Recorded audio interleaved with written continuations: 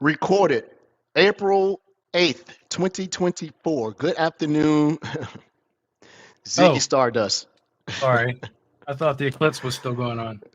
Yeah, I've been looking at it all day. Then I remember to put the glasses on. So, uh, you look like the mole man from the Spider-Man villain. Right? Brody mentioned that earlier when I sent both you and him that picture of myself, that little selfie, and you're right. I look like the mole man. The mole man. Maybe you should audition. Well, I So, sort of expected the eclipse today. I thought this was going to be my X-Men moment where I get my powers, and it no, didn't no, it happen. doesn't. It doesn't work that way. Yeah. What you get is a bunch of newscasts that's like, "Ooh, it's an eclipse." So what? The universe is doing rolling blackouts. It does it all Yeah. the time, right? Look at that. I got a few pictures, and I didn't know if this would work, but this was literally putting my Edward. You and I have the same phone now. That Samsung Ultra S24 Ultra Hmm. up to those glasses I had on, and it did a good job taking a picture, and then captured that one and Yeah, that we one, and yeah, you're in Ohio, so you were very at the center of totality. I was. I was. I'm in Atlanta. We only got like 75% of it. But I did what you did, and when I asked you, I said, "How'd you do that?" So I did the same thing. I took my camera, and then we were able to Yeah, take a picture. But here, because it is warmer than where you are, when portions of the sun got eclipsed, yeah. the temperature visibly went down. Oh, I was cold. Yeah, Yeah, it got because we were down here. We were in the 70s, 77, 78, and I felt the temperature come down, right? And then it went back up, and I snuck out for a run really quick before I got back here today, trying to stay on my running streak here. But no, man, it's a natural phenomenon. I'm glad people are excited about science. I mean, it was a point. I just thought Americans didn't care about science anymore, right? But science is cool. yeah. Doing this, right? So I put it on my calendar to make sure I'm available for the next full eclipse. Make sure I'm around for it. Well, Yeah, what is that? There's like a partial 2044, but then the next one is like how many? It's like I forget how many years, but what, 40 years? What's 40 years to a galaxy? well, that's a partial for this area, but the exact same path, I think it's like I don't know, some It's ungodly 20. number. I forget. Is it I'll be 200 years, around. 400 years? I don't know. I have to look it up. I'll ask Copilot later. I Yeah, trust Copilot. yeah, me too. I trust Copilot because it's listening to us. Hey, we have Marcus Burnap from the UK. Good You evening. bet. Yeah. Yeah, folks This coming is the in. eclipse episode, isn't it? Yeah. It is Marcus. the Eclipse episode. It's Monday. To our listeners, we will reiterate the show's normal broadcast date and time is Monday. Uh, we would just happen to have a couple of shows on a Wednesday just to facilitate the number of partners that were requesting to come on. But for the totality of 2024, all shows will be on Monday, 5 p.m. Eastern Standard Time, UTC minus 5. I think that's it. And that I know it's Monday. It's sort of odd. Do we talk about what we did last week, or do we talk about nothing we did over the weekend? I hope you weren't working this weekend. But actually, I was. But that was because I started geeking out and playing around with some of the stuff in the unified portal. You also did something else this weekend, didn't you? I mean, ran that 5K. That's what you want to call Your it. first 5K of the year. Yeah. Oh my God, I am out of shape, man. I couldn't break. I could barely break. I didn't break 20 minutes. It was like Yeah. 20 minutes and 52 seconds. I'm like, It's like a scenic run. Did you it take was a pictures? scene. I might as well. It felt like Yeah. walking to me. But I hadn't really run It's December, January. yeah, it's hard to run. So I run every day and I run inside, but even so, it's just hard to keep that level of fitness unless you're pounding the pavement. Yeah, and I don't like running outside, but I ramp up fairly quickly when the weather breaks, and it's about to break. The pollen is almost done here in Atlanta. We'll have probably one more little stretch of. I'm doing the air quotes for us Northerners and people living cold climate, cold weather, and then I can really double down on the training and get myself back in competitive shape. But I did a little work this weekend. I took an old Palo Alto firewall that Matt Egan, friend of the show. Shout out Matt, come on the show. Um, and I got the last Pan OS that it will support, and I got it running because for some reason, when I was trying to get the unified portal inside Defender, when it says get your SIM and XDR in one place, connect to workspace, it would not allow me to connect that workspace. And I went through all the, we talked about it on the last show, or we talked about it offline, but I went through all the prerequisites and it would not do it. So what I ended up doing is just deleting. I disassociated that workspace with Sentinel. So didn't want to get rid of it. And not that I need it, but I created a net new workspace. Yeah. And we'll see what happens then. Because I want to do some things and I want to see some of the tables that are exposed and some stuff like that. So that'll be my things to do. Did some studying a little bit, chilled out in the yard. Um, that's it, man. What about you?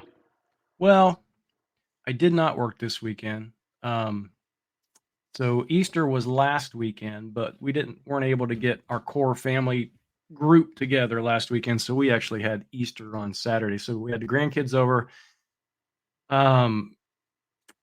My oldest grand boy will be 3 here in a few weeks. My youngest, which we talked about, was just born when I was in Denmark just a couple of weeks ago, and this was her first outing. But we had the whole egg hunt and stuff, so it was lots of fun. So I didn't really work this weekend. It was all family stuff, which is great.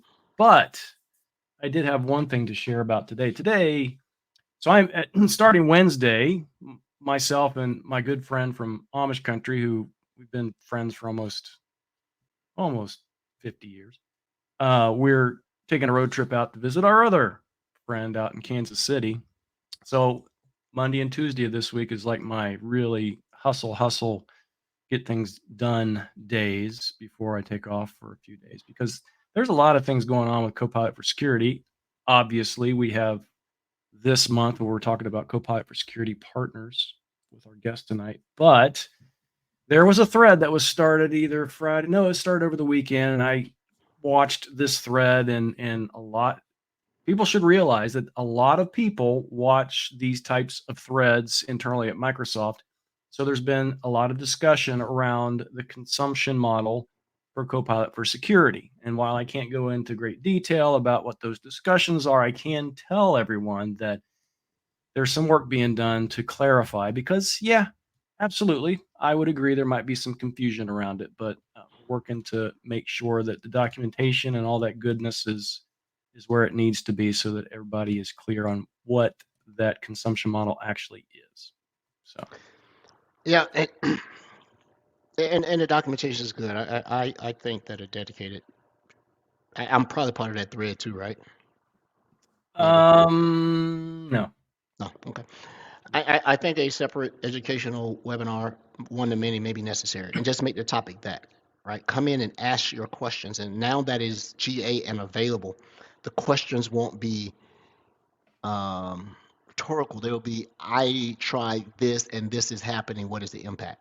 Just for people an outlet to be able to come in and ask these questions, right? Um, I I have yet to hear anything really negative about it. I think people are being fair and letting it run through its paces, right? Let it run through its paces, and you'll figure it out. And I think a lot of the questions that they would have, things they would have commented on or complained about, now that they've gone through and touched it, they go, "Oh, it works like that. Oh, okay, right."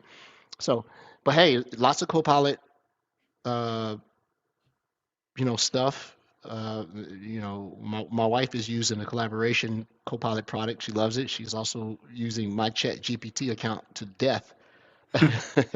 And yeah, she's causing data centers to overheat somewhere. I did a weird thing over the weekend, though. I did use ChatGPT, and I was asking for the Walton's finances, and sure enough, it told me all of it, Probably did. because your It wife is using it. Yeah, yeah, just yeah. Just came up, right? IRS is using it. Bet your butt. kidding. If you think the IRS, we don't have any money, if you don't think that they're entertaining using artificial intelligence to be able to go back and take a look at possible tax improprieties, you'll be surprised. That brings up something, a disingenuous article from last week, just to kind of highlight and point this out.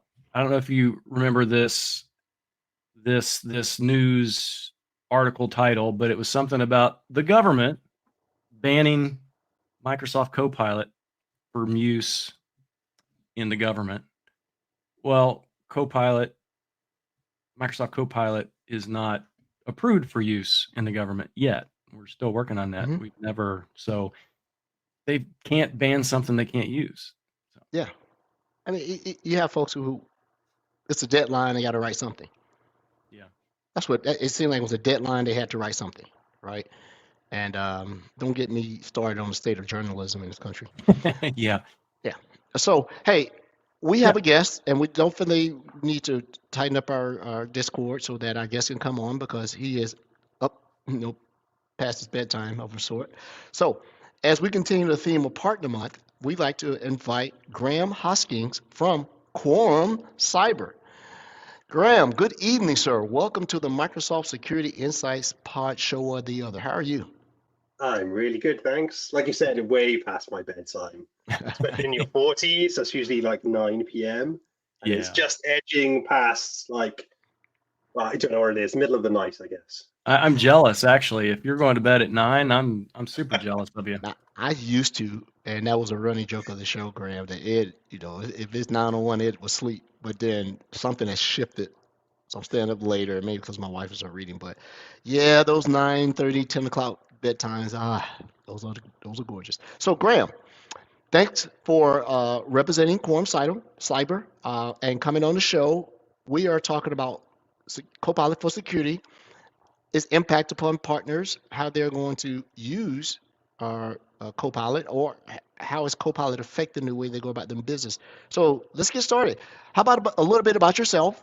And let's assume our listeners know nothing about your organization, even though Quorum has been on the show before.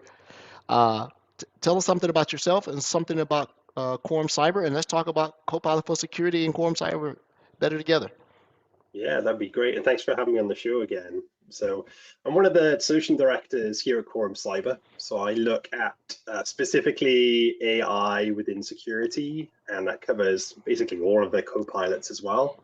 But we've been on the partner preview program since October last year. So I think we were one of the first within the UK to be granted access to it. But the heart of our business is all around cybersecurity. So we provide managed services to help customers onboard to Microsoft security solutions. And we only do Microsoft, by the way. But I know you've had some of my other colleagues on before as well, like Ricky Simpson, which I used to work with over in Microsoft as well. So we're both ex-Microsoft people. But he looks after the identity practice. I look after AI and data security. And then we've got Clive Watson, who you've had on the show as well, and a few others who are other directors within the Defenders and Sentinels. So from a Quorum Cyber perspective, although cybersecurity is the heart of our business, we also provide managed services for identity and data security as well. So it means that when we're going in and helping customers, we can also look across their landscape and identify certain issues. So if those issues come up from like a data loss prevention alert, then we can look holistically across cybersecurity, endpoints, and identity to give the customers a full picture about what's going on. So yeah, we're quite unique with that. Yeah, I know that you're a UK born and raised entity, but you're really trying to put that footprint into the States. And I think you are doing it just by establishing yourself on both coasts, right? In California and in North Carolina, where you're starting to do a lot of things too. Forgive me for not knowing the actual geographic details. No, of course, you're right. We're born and raised, if you'd like to say that, in the UK. So we're headquartered within Scotland, in Edinburgh. So that's where our SOC team live, but we also have offices over in Tampa. We've got offices in London as well.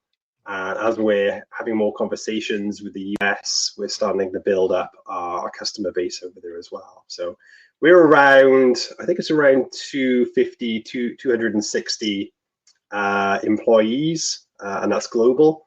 So we're looking to kind of broaden out our horizons within the US as well. So we do have a couple of customers over there already, where we're providing SOC services to them.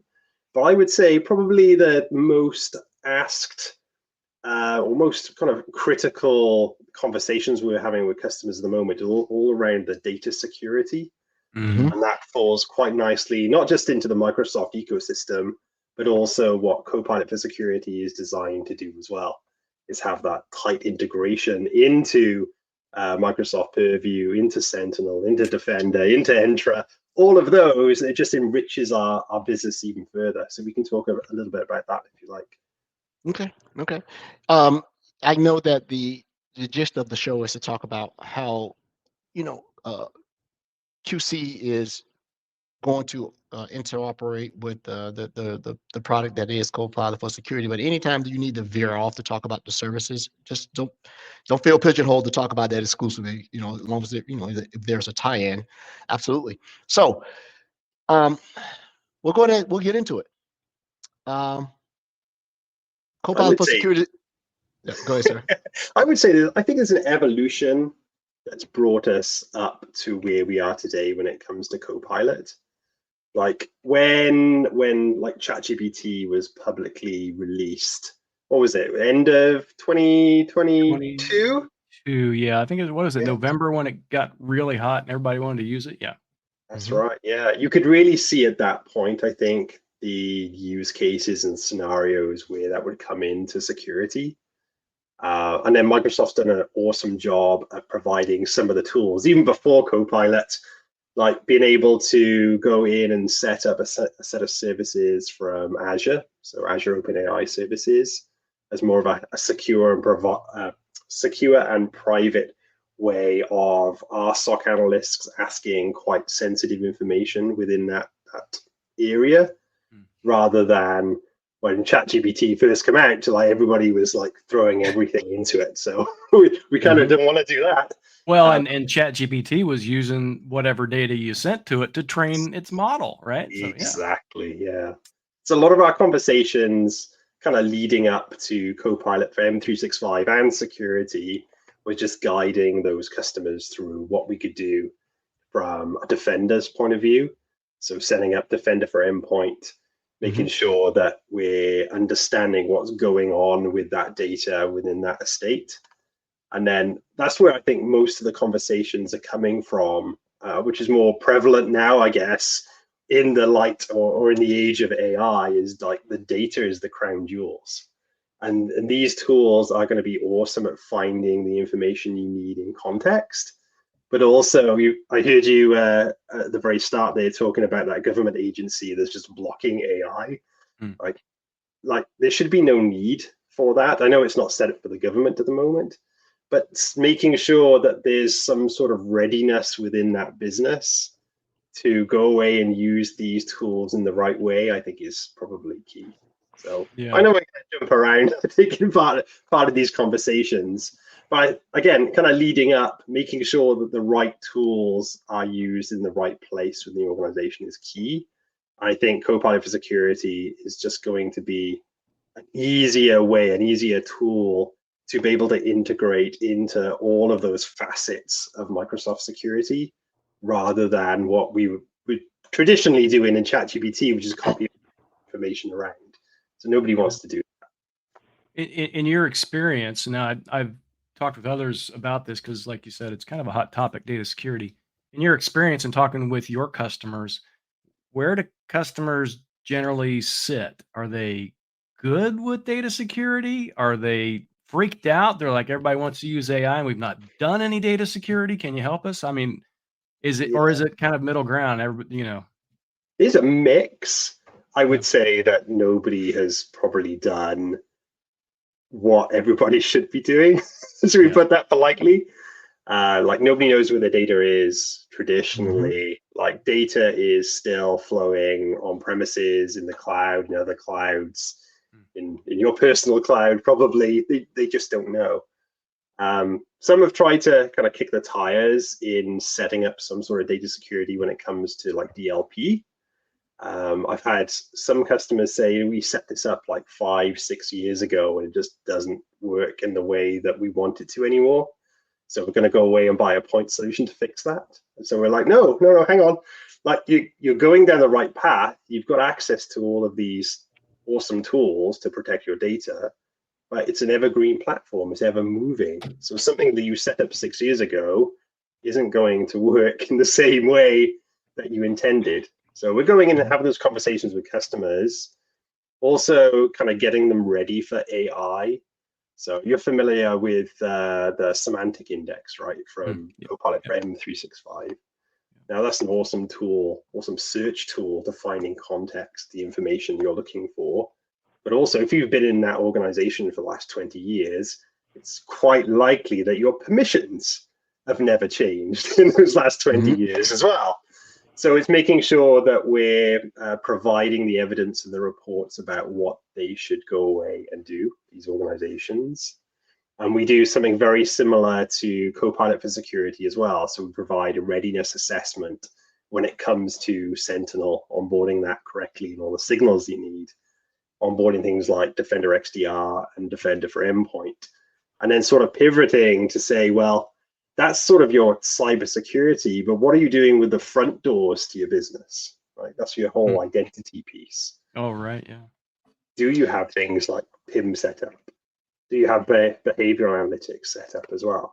So it's just going back to basics, making sure that they have what they need in readiness to use some of the AI tools. Access and data, right? That's essentially the tools. I have a slide, part of this AI tour thing that we do. And I have a slide. Literally, if you do the needful things, the things that you're absolutely supposed to do, you cover about 98% of all AI security topics. Yeah. And the thing about data protection and data protection, and whichever way you want to say it, in my opinion, we're getting the horse literally before the cart, because you said a couple of things that still seems to be problematic is people don't know where the data is. So I would sort of start with data governance of a sort is, where is it located and why is it located there? And then the second will be, data access or just rights access, right? Why do you need access to this data, right? And start mapping roles to data use. And with data, as long as it's non-destructive, one way I do it, I don't mind being yelled at. Take the access away and see who yells. and that person that yelling, validate why you're yelling.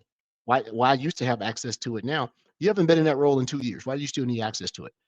Right. The thing is, in the bigger organizations, they're a lot more complex. I sort of agree with you.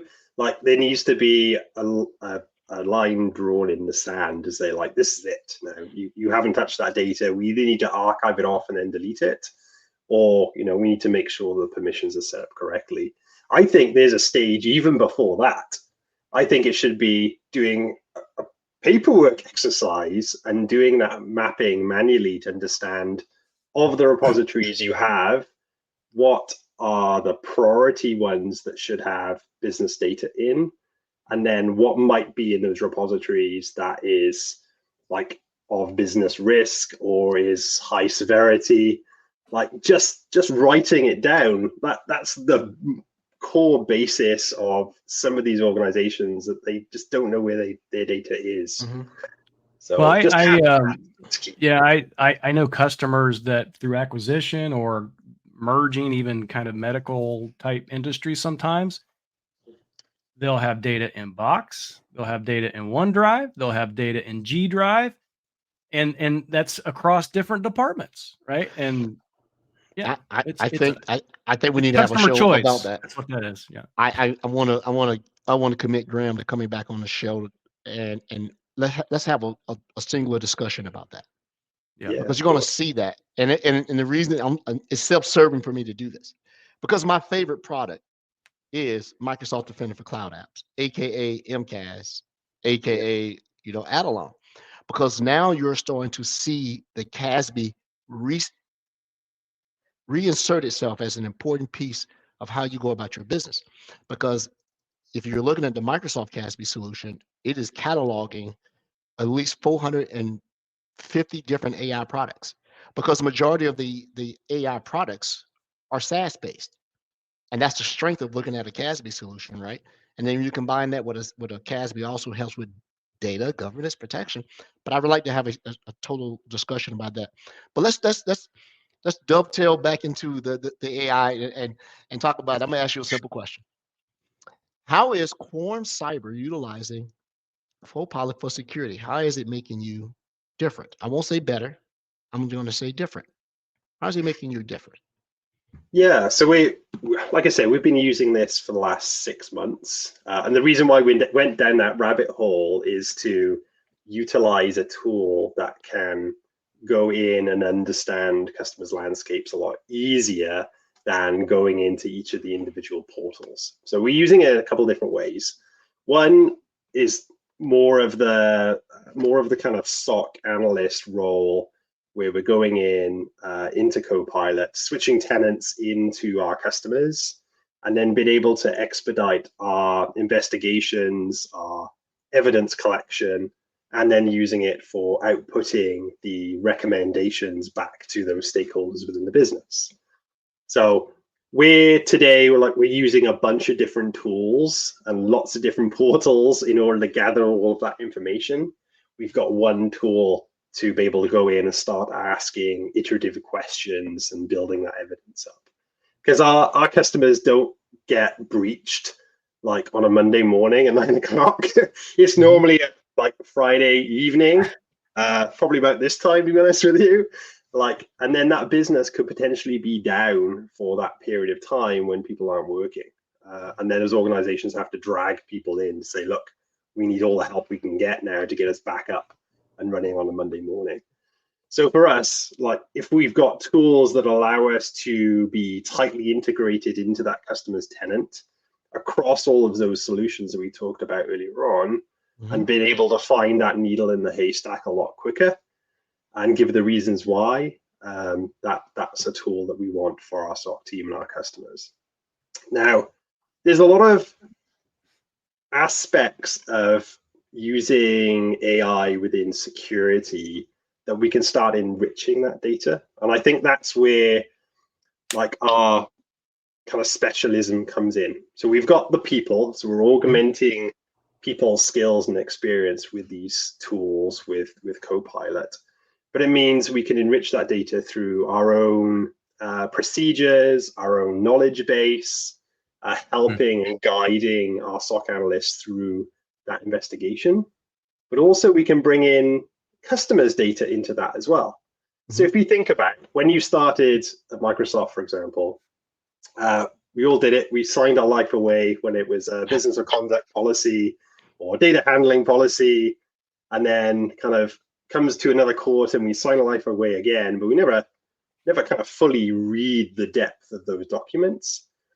And this happens in every organization. So we want to pull that back up the drawer, and then as we're running our investigations, have that as data enrichment. So the data that is unique to that individual organization.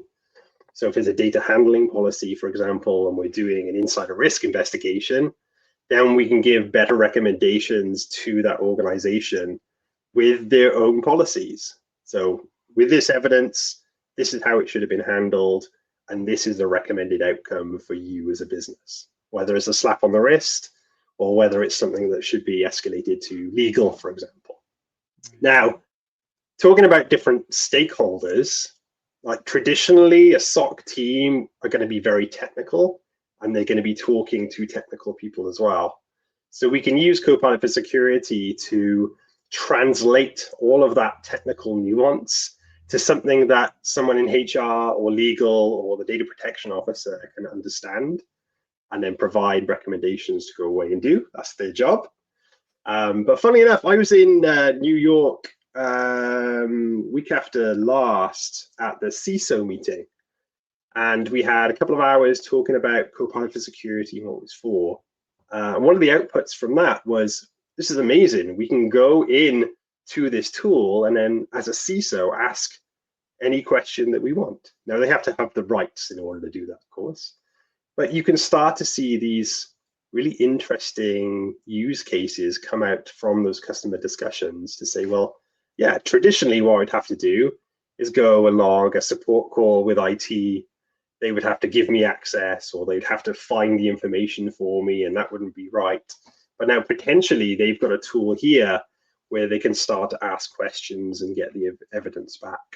And that's something that we've been providing customers since our inception in 2016, is a bit of IP that we created called Clarity. So think of it as a repository, a single pane of glass that customers can log into, see all of the alerts and the incidents that our SOC team are working on, but have a two-way communication feed to our SOC team and vice versa. So the way that I see this being augmented is, while our SOC analysts are in Copilot for Security, we can actually reach out to that repository, that Clarity portal, and then ask, have we seen this problem before? Like, who was it? Was it Edward?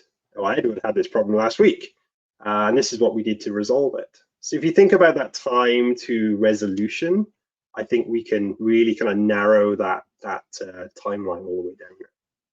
So the Clarity portal, from what I just get a little clarity on that, that is your knowledge base that you're utilizing for Copilot for Security, right? Yeah. Well, you can imagine, like, you couldn't allow customers to go into Sentinel, raw Sentinel, and get all the information they need, because our SOC team is gathering the evidence. We're using a number of different tools to build up that evidence, and then we have to provide an exec report to give to that customer.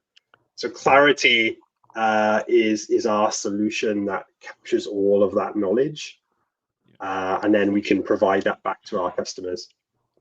So it's through a custom plugin or something that into Copilot for Security, or some other plugins, through into the APIs into that. Yeah. Okay. Yeah, and another piece of that, which sounds super interesting, because you're using Copilot for Security for your own purposes for your customers, right? To manage your customers. Are you giving? And you talked about the portal that they could log into to check on incidents and what's being worked on and things like that. Can they log in to get access to your knowledge base to say, hey, they can log into a Copilot for Security instance and say, hey, what's this team working on? Do they do it there? Is that how that works? That's what we're working on at the moment. Cool. Some interesting ideas. I would love to have like Copilot for Security embedded into it, so you don't have to navigate away through into anything else, and be able to ask questions around that. So yeah, I can see that coming.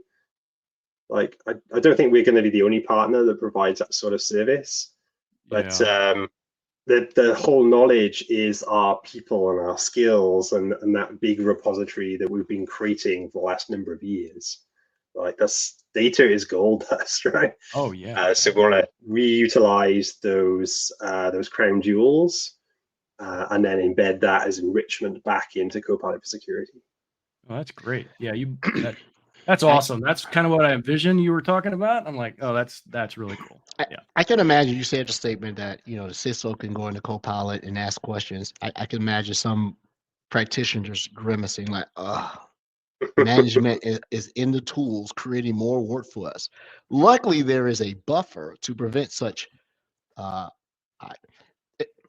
You'll find that when you become a senior person in whatever industry, particularly in IT, when a CISO might have been technical, in a prior life, when they get back into get their hands into it, they become rigs, random idea generators, right?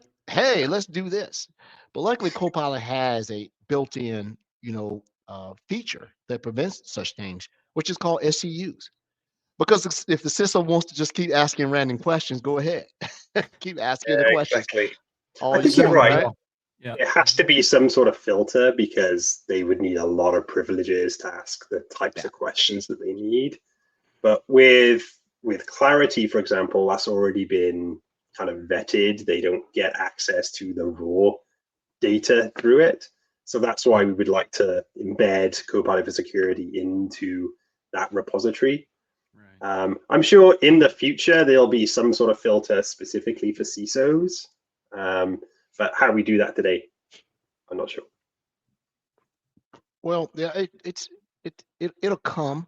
I think it is not something that you fix in Copilot. This is the overlay of access management. You mentioned PIM. You mentioned some aspects of RBAC and role designation. You, the CISO shouldn't have keys to the kingdom. That's not that person's job, right? And so I would think that as a major thing that Microsoft will address as it gets better, as well as if they extrapolate it or make it abstract where partners can come in and help write, role guidance and be able to affect it in intra with their ability to come in and say, hey, you need this, right? I could get creative with some ways I think that you could, but chances are it would break your access to it. So let the secret sauce creators work on the secret sauce, right? And go that route. So you and Quorum, you were early adopters. I forget what James Key called some of the partners that were initially afforded access to the EAP program. Since you've been doing this, how have you measured your investment into the time in building these things when there was still so much uncertainty about everything from release date to so and so? If you watched the show last week, you saw that, and we're going to mention all the partners that have come on previous show. You saw that Tanium had a really different approach to it because they're not an MSSP or MSP like the No, rest they're of the not. No. partners, but they are a device lifecycle management company, right? Their endpoint touch is pretty impressive, right? And then they were able to have a natural overlay. How do you see Quorum being able to come in and provide guidance or provide impact to two sets of customers? First of all, current customers are already consuming your MSSP offering because there's a few, Yep. quite a few. They love your Sentinel managed Sentinel and your MDR.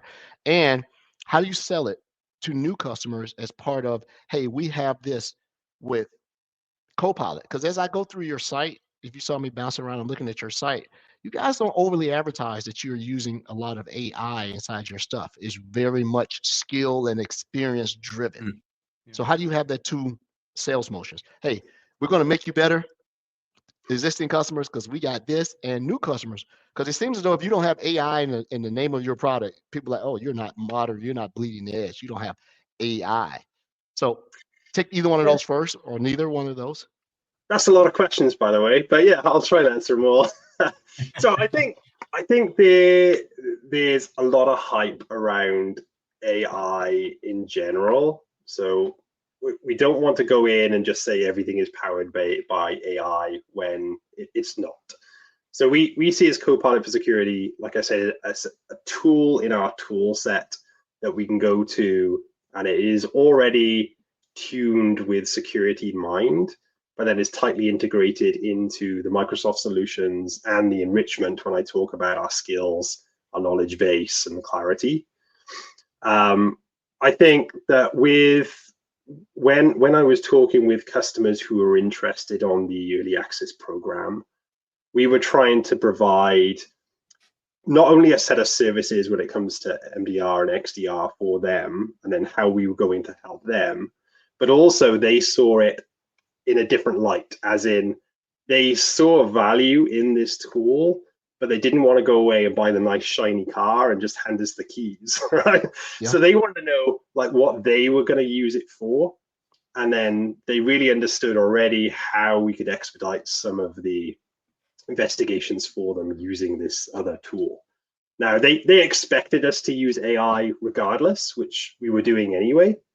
So I was talked about some of those. There's Azure OpenAI services internally that we're using, and Copilot for M365 as well.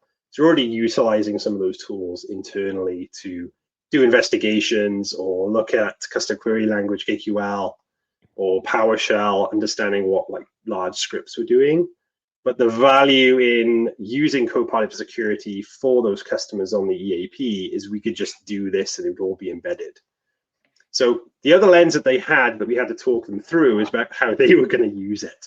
So whether it was going to be like a hybrid SOC, like they go through and do more of a kind of low severity or low priority alerts that are coming in, or they also wanted to understand what are the scenarios that their IT ops could use this for.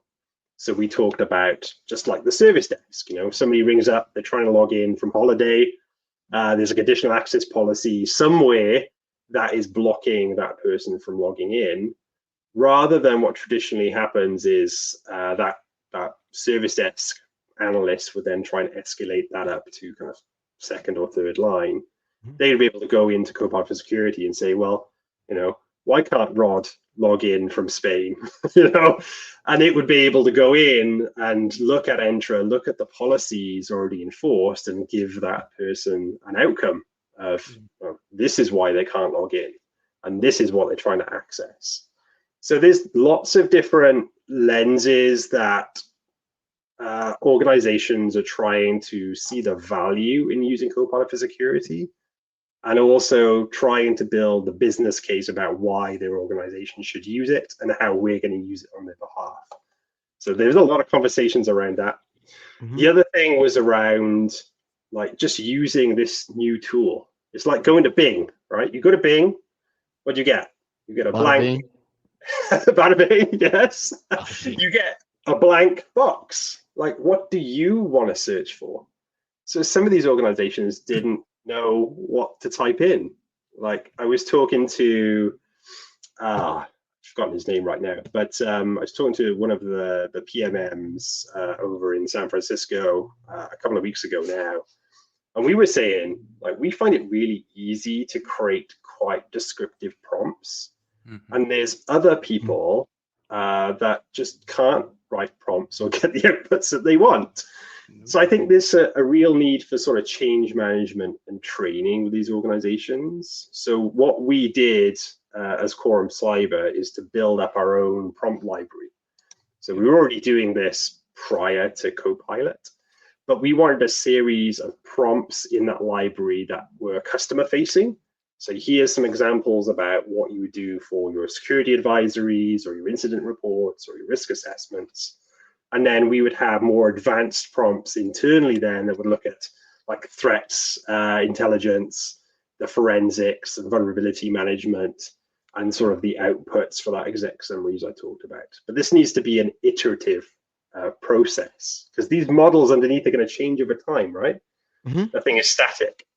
So as those change, you need to be able to adapt to those changes. So those prompt libraries would be able to reflect that. And the other, go on, sorry. No, go. I'm sorry, go ahead. Just lastly, the other thing that I still don't see other people talking about is more of the automation side. So you might be aware that Sentinel has access to the APIs to Copilot. There should be an equivalent prompt library to an automation library as well. So as you're starting to build up these two solutions that work very well with each other, I think there needs to be a library built into Copilot for security as well, please. Well, let's yeah.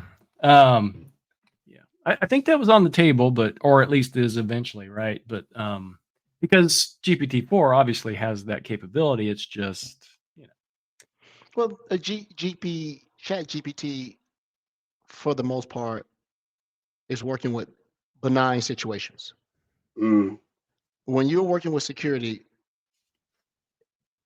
and this is an unscientific percentage. Let's just say 70% of the time is not benign, right? You are anticipating the worst, whether you are reacting to something or you are proactively threat hunting because, I don't think it's a marketing phrase that was started 10 years ago, which was assume breach or presume breach. You are breached. Everybody is, and now I'm starting to see this, and this has had me scratching my head. If customers have access to this,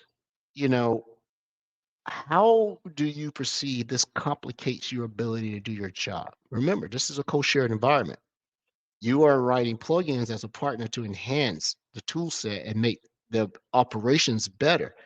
But you do have customers who can't help themselves. I want to make sure I'm being charitable and courteous as I go about this, right? I'll say this, it's the show. This is not Quorum Cyber's thing. You got some customers who can't get out of their own way. And if you're giving them access to the tools, I'm wondering how this is going to complicate partners who are coming in to be able to do some of this work. And I like the idea of a prompt library, right? Yeah. Yeah. That's somebody needs to do that, because I would love a product to say, hey, you wrote this prompt, but if you wrote it a little bit different, you could get these results better. Remember, Clive knows this better than anybody. Big shout out to Clive. He used to write some of the most optimized KQL queries. I think he might have led the course before he left Microsoft on how to write those, right? So I'll shorten the question back up and take the comments out. Do you find yourself having to navigate the potential pitfalls of a customer having access to this powerful tool that they're asking you to assist them with? Not yet. No, I've not seen any issues with that. More of, in part, like, it's causing more confusion, as in they've got access to this tool. They know we have access to it to better protect them, but they still don't know how to use it. So we're having to go back in and do that learning and that knowledge back with them to say, well, this is how you could use this brand new tool. So that brings us down another rabbit hole around sort of targeted operating models. Like, if you can show a customer like what use cases or what types of requests they might get to identify the use of Copilot, I think that would be better. So you can't see it on the screen, but I'll talk you through it. Is these targeted operating models will depend on the scenarios that the customer wants to use, but it might be the criteria they need to capture first, or the prompt they need to capture first in order to get the result that they need. And that could be going into Copilot, suggesting to Copilot what plugins that needs to go away and get the information from, or using the third-party plugins, of which there's like a ton now, right? Now it's GA, like using one of those if you need to, as part of that operating model, to do the data ingestion from that. And then going in and collecting that evidence. So I don't know if you already know this, or the audience knows this, but like Copilot for Security is doing these prompts or these collections of information in series, right? So this is the reason why the playbooks that are built into Copilot for Security go through, and you can have multiple of them, but it's stepping through them one by one and then collecting the evidence for you. Yeah. So this targeted operating model is going to do the same. So these are the steps, or these are the tasks you need to go away to find this specific information. And once you've collected that, then you're going to go through some additional processing about what the output is going to be. So whether that's the output of a business process, or an investigation, or a translation to those stakeholders that we talked about earlier on. And I think you have to sit down with customers to really walk them through those steps so they really get what the use is for Copilot for Security. Unless you disagree, of course. No, I see it as very similar to what we've experienced before, because there's many public repositories for KQL queries. There is, yeah. But you still need to know KQL to know that that query is going to produce the results that you want. In Copilot for Security, we have prompt books. Yeah. But you still need to know how to prompt to ensure that that prompt book is going to get you the results that you want. Agreed, yeah.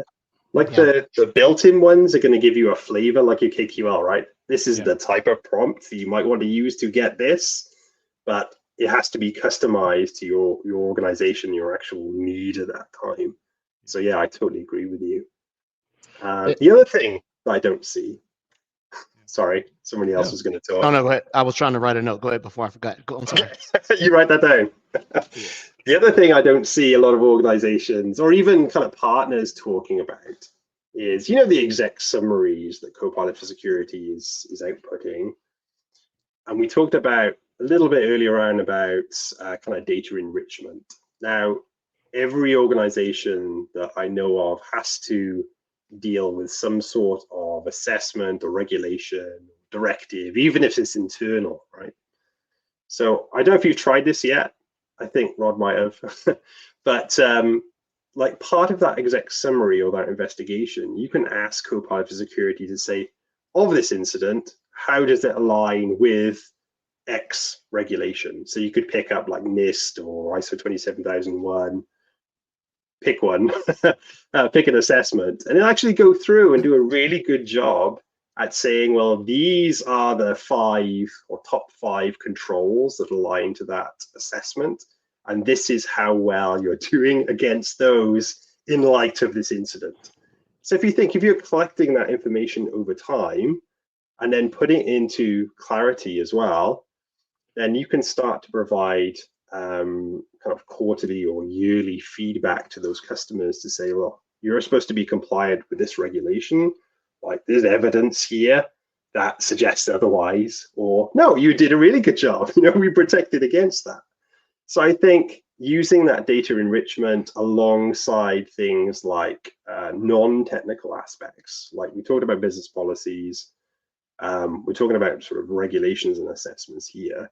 I think you're able to help organizations with their security compliance posture a lot better than we ever could before. Well, I think it'll become even smarter. We talk about data enrichment. The closer and more closely aligned it becomes to Defender for Cloud, because we have all that stuff. Yeah. And that's exactly. what I was It's just all noting. there. Yeah, it is just mapping that to an output that is easily consumable, but not considered the gospel. Because one of the things I see is that people are taking it, you know, these AI responses, you know, what's the term I'm looking for? They're Hallucinating? Is that no, not hallucinating. It's just like they're not questioning the output. Yes, Right. I agree. Yeah, and that comes up as well, especially for junior analysts. Yeah. Like if they don't know if the output is going to be right, are they just going to go with it?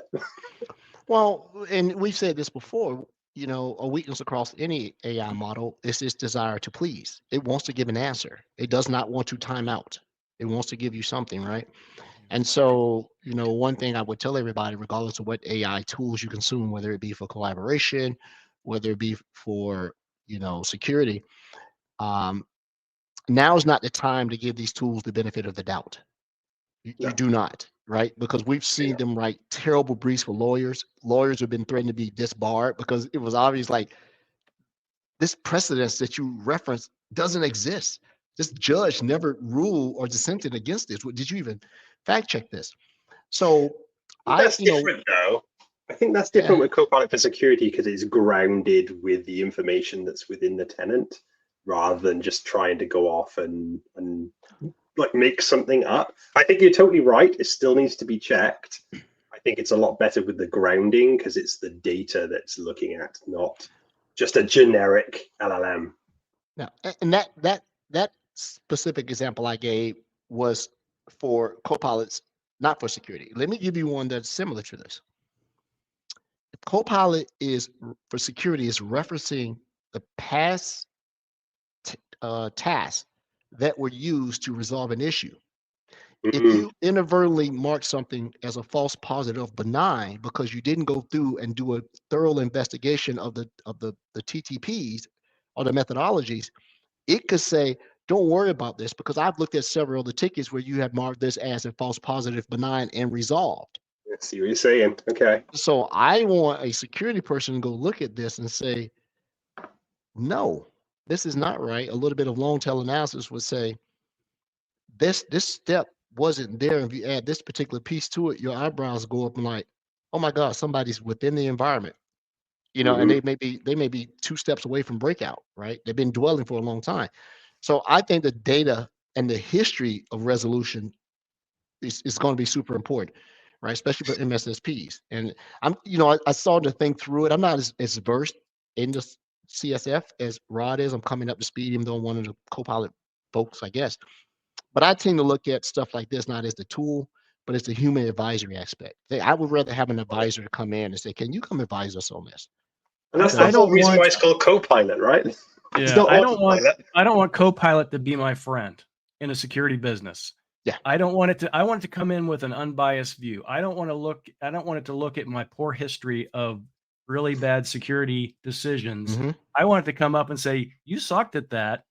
Here's what you should have done. This is actually a better way to accomplish that or approach it." And I sort of said that last week when we Yeah. watched Tanya do their demo, and I'm like, "Yeah, that's ultimately correct, but I'd have done it 2 other ways, right? And maybe added this to it." So I see this as a huge opportunity for partners to come in, and while the operations piece is going to be a no-brainer, the advisory is the thing, right? Am I being told the correct thing? Because essentially, and I hope this doesn't happen. It's going to happen, but I hope it doesn't happen in mass and people get away from it. I see a scenario where customers question you, where they're going to say, "Well, I don't think you know what you're talking about because Copilot said this, and you're telling me something different." I see what you're saying. You know, Yeah, the Copilot is thing an is, evil though- consultant in there that's telling him, "Yeah, you need to get rid of those guys," right? But the thing is, even like using like the public models like ChatGPT or Claude or Bard, like if you're going to get that to write an email for you, you're not going to take that as gospel and just send it. Like you're responsible as a human being in sending that information. So it's up to you to check it. Now, that's what should happen, but there are also lazy people out there as well, you know. This is going to be my 20th email of the day. Like, I'm just going to hit send and hope for the best. So I think you're totally right. I think there's going to be a gray area there of the information is getting and then how that's going to be used. So we almost need like an AI for the AI, maybe. Well, that's coming. That's not science fiction. That is fact. Where people are writing models to check other models to validate the integrity and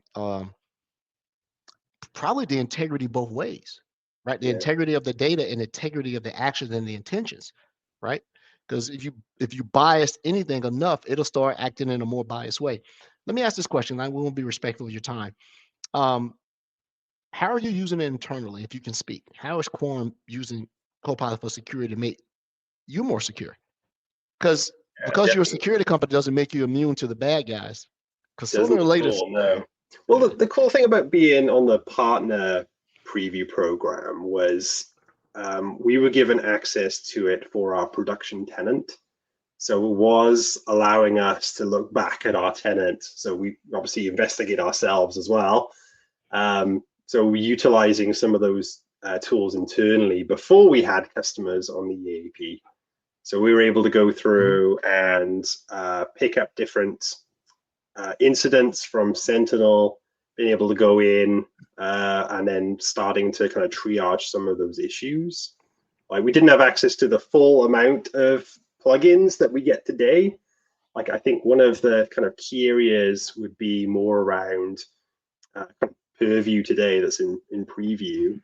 But even things like having Defender threat intelligence built in was just super cool. So we can be in that tool and say, well, what are the top campaigns today? And then how do we assess our vulnerabilities across our estate there? So we were using it in that way, but also being able to utilize it in a way to structure in a Quorum Cyber way those exact outputs that we were talking about. So yeah, that's how we were using it. Okay, I think there's a huge amount of opportunity for things not even imagined yet by being able to say, hey, great, yeah, we are everybody's becoming a data scientist these days. You really are. You can say you're security, but part of what data you have, you're becoming a data scientist, right? Being able to manipulate these data structures, right, and the way you go about that. And I'm super excited. I mean, I'm loving partners both who are going to adopt it, put it in. Some partners are just going to wait until the front runners like yourself figure it out, and then you know what the saying goes: good artists, create, great artists steal. So Indeed, I'm going to wait and see what these guys do, right? And we'll go from there. There are so many ideas. Yeah, there's so many ideas now I would love to see what the next sort of 12 months bring. Oh my goodness. Yeah. It's going to be awesome. I know this might be above your pay grade, and we're going to ask this question to the and make sure we write this down, Rob. I want to ask every partner this. All right. With the emergence of this, is it desirable sometimes to go buy the talent? Man, if you find a outstanding prompt engineer like Rod Trent, rather than try to just build the stuff out and can't you flatten the go to market by going out and grab someone that can do these things?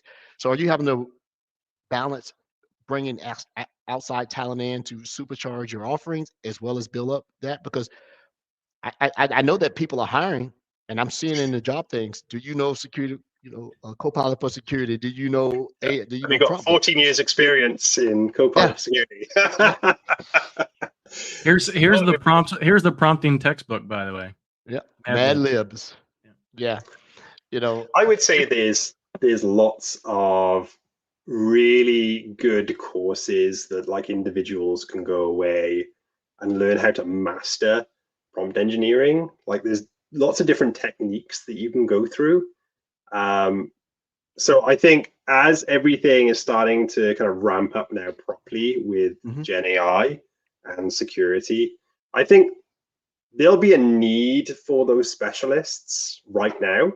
Yeah. But I think in the very near future, this will just be built in to just people's day-to-day work. Like we don't teach people how to Google or Bing anymore, right? So I think it'll just be natural for people as these models get more intuitive and then people understand how to use them. So I think there's a combination, like there is a skills shortage within the security world anyway. I think in the advent of Copilot for security, the people who want to get into cybersecurity are kind of early in career, this will help them dramatically. Like this will cut their learning curve so quickly that then they could progress their career a lot faster than you could ever imagine. Yeah. So let's have a big brain moment, and then we'll get ready to wrap up the show when you're ready, Graham. But I want to have a big brain moment here. I like to try to take this technology and give it a metaphor that people can understand. While I'm a doomsdayer of sort, call me the cynic. Somebody has to be contrarian here, and I'll be one. This is great for both partners. This is great for customers to be able to use this. But if we have any customers out here, I want you to understand this, and it's just my opinion, just me, on my ADD drugs and my brain's thinking. Be very careful when you adopt these tools, regardless of who they are, because you could do great harm to the greater good. Think of Copilot as a new antibiotic. It's winning because no bacterial infection has become immune to it. But if you're a customer and you're using Copilot for security and someone breaches your environment, I can only think of one way that you're going to that will tip them off, that will tip you off that they are in your environment. Because the superpower of this product is that when you consume it, there is a vetting process of a sort. And I'm sure Microsoft has some stuff that you're not letting nation state actors consume this product. You better not be, right? Because they're already consuming all the other products. You go out and get your subscription and you beat up on it and you figure it out, right? Yeah, but if you can imagine someone can get access to this and they're in your environment, there is only one tip-off unless you got really strict access governance. And that tip-off is the very thing that customers are yapping about, cost. Because if you see your costs go up, somebody's using it. Somebody's learning from it, right? But think about it. Now you've got the antibiotic in the wild. People are using it more, and now the hackers have an immune to it. And now they go, I know how to get by this now, right? I see this. So, I'm just looking at it from that standpoint, and I'm sure there's people way smarter than you and me and I out here who have considered this. But this goes along the line of the topic that Rod had me talk about and what he's done: responsible use of AI tools. Right? You have to be very responsible, assuming that yes, that thing, right? And then we're going to talk about that. I think we're going to have a show, Rod, about responsible AI use, right? You just can't consume the tools and not. Let's call it moral AI. I think that's probably a better term. Moral AI. Yeah, Moral more AI. AI. Yeah. Yeah. But Graham, I appreciate you being the first MSSP XDR partner to come on and talk about this. It sounds like you have great expectations for this the thing, how it's going to evolve. You guys, I'm gonna keep eye on you. You're one of my favorite partners. I like to see you guys succeed. Keep doing good things. Hey, RSA is coming up. Graham, yeah. or is Quorum at RSA this year, by the way? Yes, Quorum Cyber are at RSA as well. I'm still waiting for my invite, but yes, there will be some peers there. Definitely, Ricky Simpson will be there. And weren't you nominated for something, for an award or something like that? Yeah, Trailblazers and another one, yeah, for the MSI, so the MISA award. Sorry. And And for our I have to listeners, say that I actually voted in that. So Thank you very much. Yeah, I no, voted also. we could really do with some votes. We really want to win this year. We are only technically a small MSSP, but the more votes we can get, I think we can really kind of change and help customers throughout the world with utilizing. So if you are in the chat, Graham, put the link in there where they can vote. Sure. And I would ask our listeners, if you haven't already voted for someone or not knew about it, vote for Quorum Cyber as a trailblazer, right? Evolve or the the other one. trailblazer. What was the other one? I forget. I remember. I'm just looking it up now. Yeah. There's two of them. Did mention it was bedtime, right? Yeah, it's bedtime for you. Yeah, over there. This has been super informative. I'm what we're doing is taking notes and just looking how each partner is going to approach their how they're going to innovate, what they're going to do, and try to differentiate themselves. And understand a lot of the partners are going to do the same thing. This is going to be a different flavor Kool-Aid, and the only thing you can do in the flavor Kool-Aid is add sugar or not add sugar, and we'll figure it out. I think you're right. It's all around the enrichment and the better together with the product to help individual customers with their security posture. That's the through line. I think that's what every partner is trying to achieve. But utilizing or augmenting these tools with the human beings, the actual people with the skills and the knowledge off the back of it. So we do provide the personality. Indeed, yeah. we are providing as well, like getting ready for Security Copilot.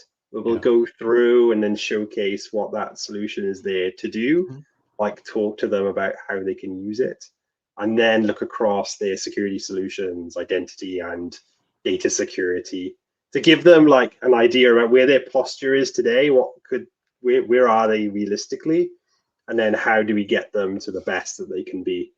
But without being a blocker, we want them to use Copilot for security or Copilot for M365, but in the right way. Like, these are the things you need to do to get better, and these are how you use the tools in the right way.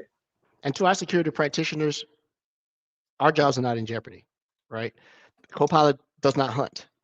It's not a proactive hunter. It can exhibit behaviors as though, but the reason we always beat the computers, being humans, we want every movie, Terminator, all these things, is because we think very illogical.